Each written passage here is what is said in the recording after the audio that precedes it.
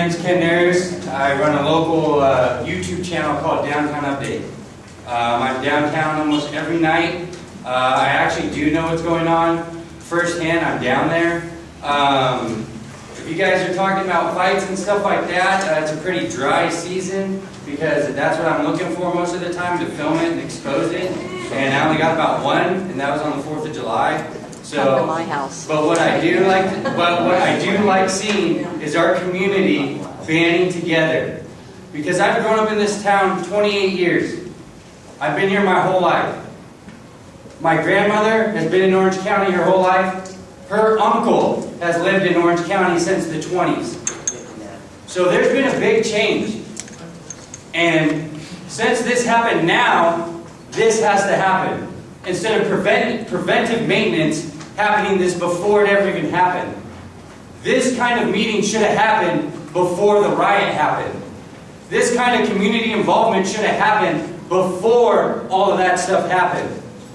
And I understand there's puking, there's cans, there's all that stuff. And you know what? I probably contributed to that at a younger age. But I no longer drink.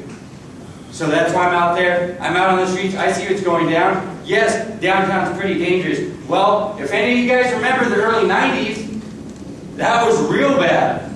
There were skinheads down there, heroin on the beach, drugs out in the open, and these officers right here in the blue, they cleaned that all up. On 7th Street. They did a real good job of that. Yeah, I have any. And what are we complaining about? I checked with the police department about the number of service calls I have put in there, and it was way over 50 calls. I've had everything in my house broken, my car's ripped into, born into. I picked up tampons and prophylactics and vomit. I've done it. It's continuous. It's even last night. And I go through fits where I call, and then I go through fits where I don't call. And last year, I was so upset by the violence and damage to my home that I wrote a letter to the city council, a copy to the register that they published, and the backlash I got from that was incredible. Every person I believe in planning departments or special events came to my house and tried to talk to me and promised me it would be scaled down. However, on Friday before the riot, when it got bad, I called the mayor's office. The mayor said, I said, please, you have to do something. There's going to be a riot. The mayor transferred me to the watch commander, who said, I'm sorry, I don't have anybody to send. And of course they didn't. I went back and forth several times. The very next day, my best friend and long-term roommate, who happens to be a police officer at a neighboring agency, was called on a mutual aid for this city, where he lives. He and another police officer in his department came, because the other police officer lives on 10th Street. They came and they marched to protect the city that they live in, but still is understaffed. My friend, right before the riots, caught a vandal spraying the Verizon building. Off-duty police officer detained him, called the Huntington Beach Police Department, and they nicely came out and explained, we don't have the time to do this right now. A vandal was set free. I tell people all the time, somebody's jumping my fence, somebody pissed on my dog, whatever. I'm sorry, we don't have the people. I just don't know where you want us to go with this. In 2011, I said, I want these people to stop parking on my street. They went through a long process of explaining to me I had to get homeowners to agree and people to agree, and if we did that, I could get a special permit and shut down the street. And of course, you can't do that in Huntington Beach. Half the people are vacation homes or transient people or whatever. And so you can't get that cooperation from your neighbors anymore. We're becoming a white trash city. And that's exactly what we're becoming.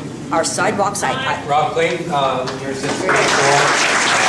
Downtown most of the time, and now I'm in Beach Walk. If we think that's the last riot that's going to happen, we're kidding ourselves. If we think that's the worst riot that we're going to have, we're kidding ourselves. If we think our police are going to be the ones to save us, we're kidding ourselves. They're undermanned.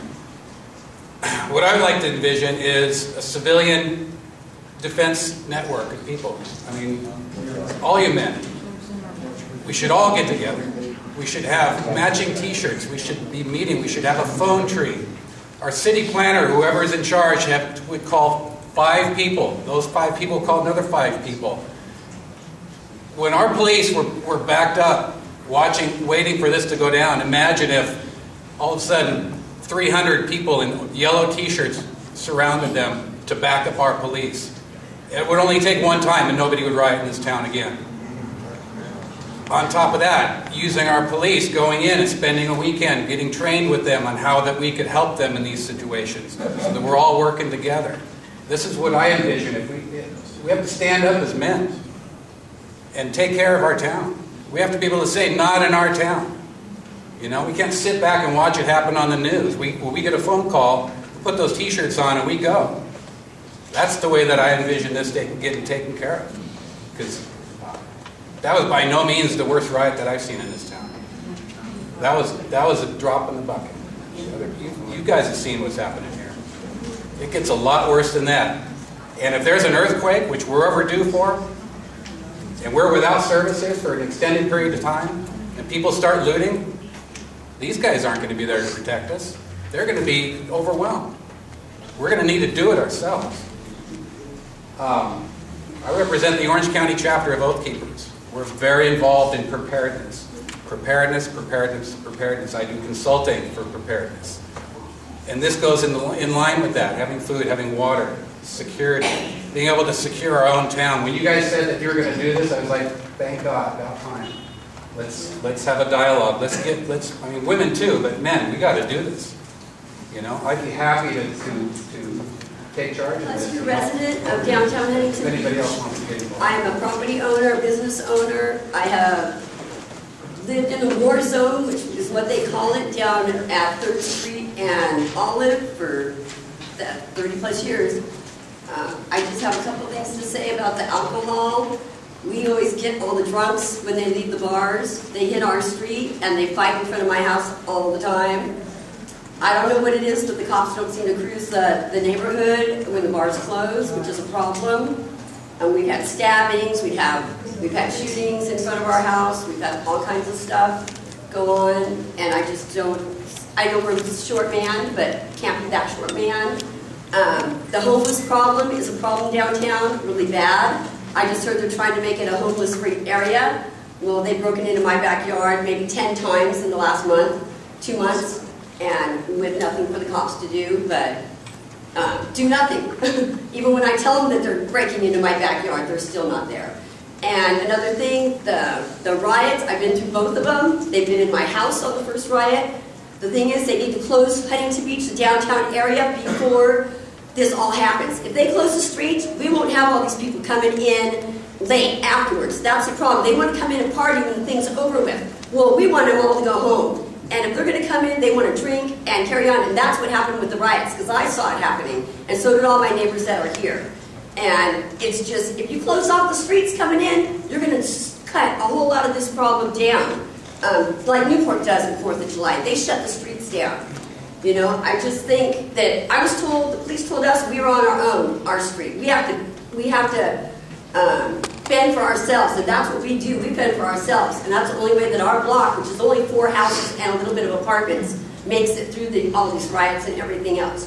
You got weapons, you let everybody know, you put no trespassing signs on the front of your house and the back of your house, and you're legally, you can take care of those people that come in your backyard. So that's all I got to say.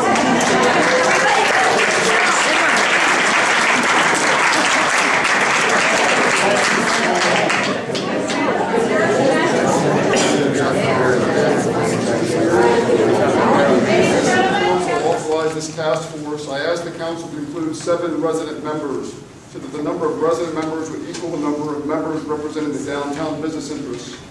I made this recommendation as well with the view that the council's resident selections would represent purely resident interests and not some mix of business and resident interests. My recommendation was based on the idea that downtowns established, surrounding, affluent, and historic residential neighborhoods are equally important as downtown businesses.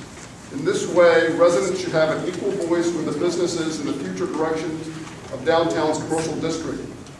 Now that the task force has 7 business members and 5 resident members, one of whom is a current downtown business owner and a former leader of the Business Improvement District, I ask that the task force give resident votes greater weight in its recommendations to the council. I ask that the task force approve no recommendation to the council unless a majority of the resident members voting on the issue vote in support of the recommendation. Again, with this requirement, the residents will have an equal voice with the businesses on all task force recommendations. In 2009, for the Downtown Image Ad Hoc Committee, I recommended at one of its meetings to its chair, former council member Don Hanson, that the permanent Downtown Economic Development Committee should have an equal number of unofficial resident representatives as the number of unofficial business representatives that it has. With this composition, the committee would give resident interests equal weight to business interests in its deliberations, recommendations, and policy initiatives. I believe that this committee now has no unofficial resident representatives advocating solely for resident interests and 5 unofficial business representatives. When this task force is disbanded, I urge the task force to adopt this recommendation of mine from 2009. Thank you for considering my opinion. Hello, I am a 16-year resident because I've lived here all my life. I was born downtown. My mom owns the house, or my grandfather owns the house, one of the two.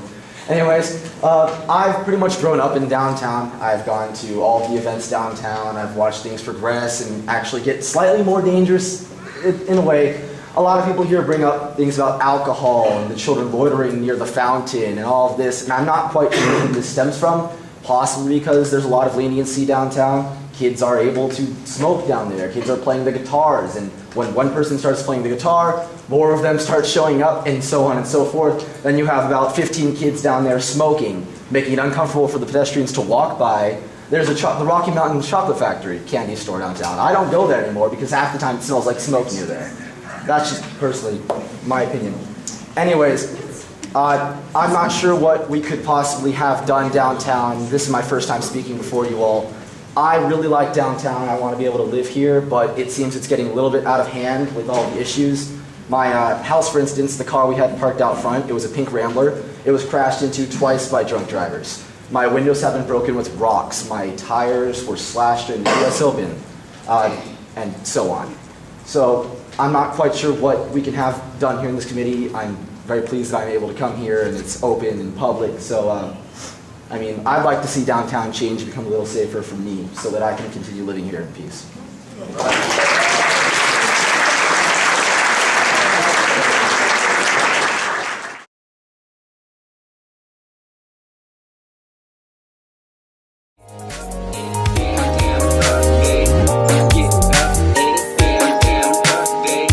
Get up, ate it.